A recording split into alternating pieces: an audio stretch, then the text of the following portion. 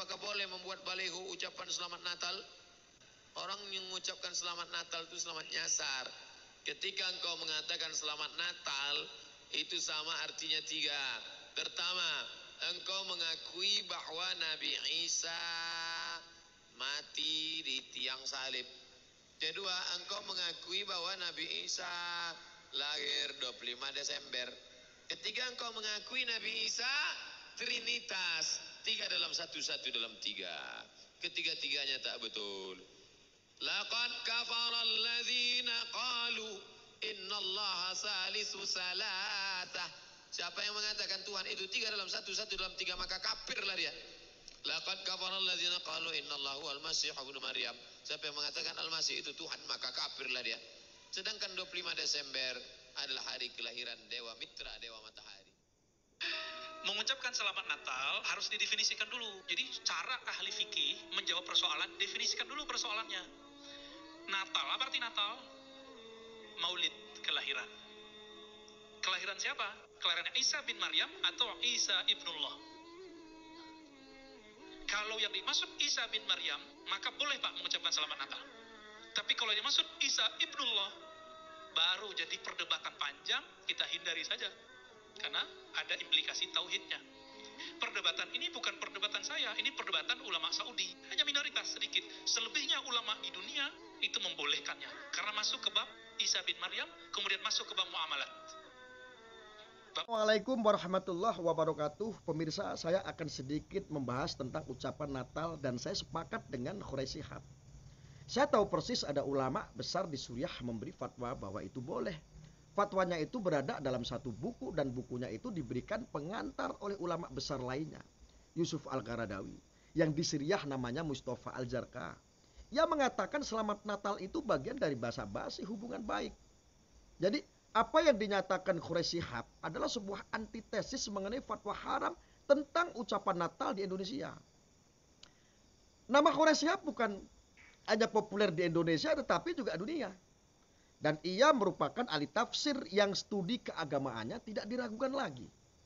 Tapi di Indonesia, masyarakat kontemporer lebih menyukai Ustadz AA, Habib selebriti yang namanya besar bukan karena ilmunya, melainkan besar karena media. Lebih ironis lagi akhir-akhir ini ulama-ulama yang lama, yang ilmunya mumpuni juga ikut dicaci oleh kelompok fundamentalis loh.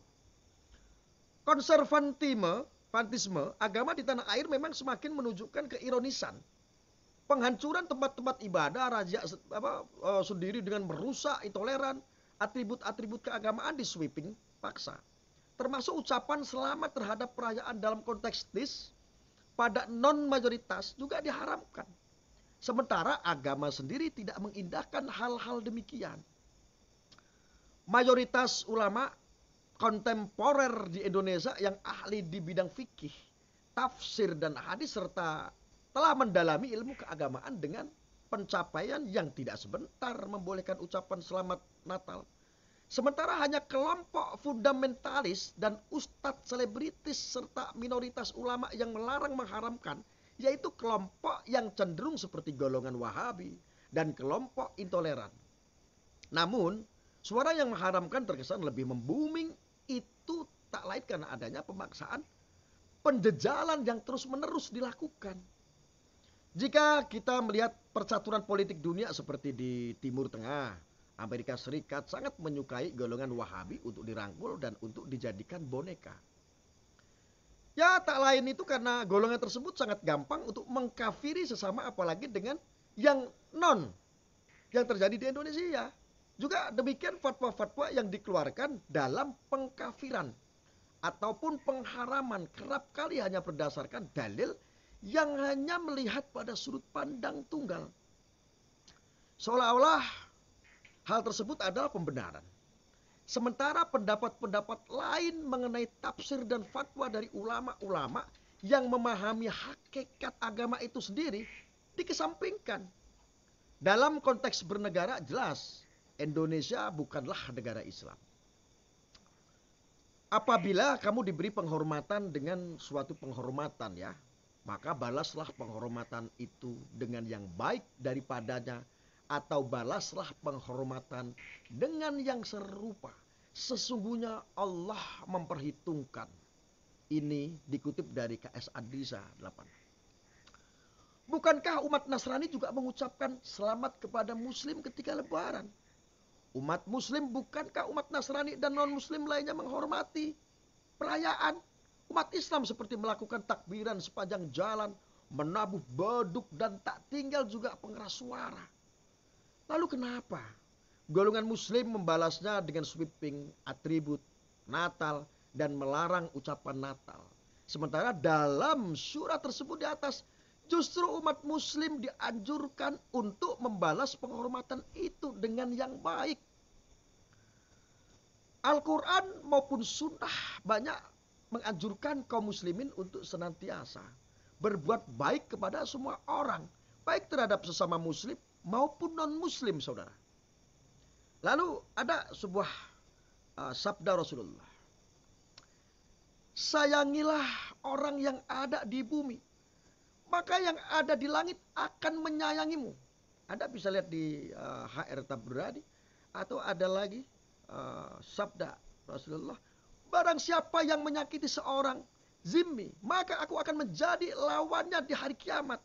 Anda bisa kutip di HR Muslim. Ya.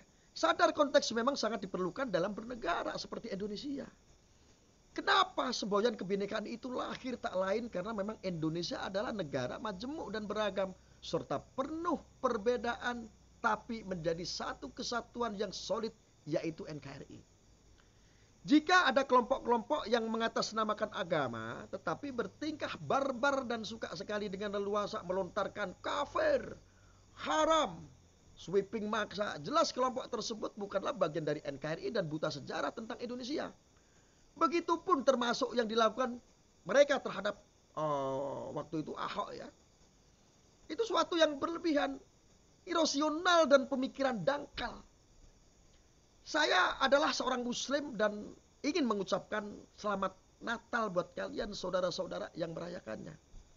Jika saya dilarang untuk mengucapkan hal ini kepada saudara-saudara saya Nasrani atau dianggap kafir, saya tidak peduli. Karena yang menentukan surga dan neraka adalah Tuhan, Allah Subhanahu wa Ta'ala, bukan si tonggos.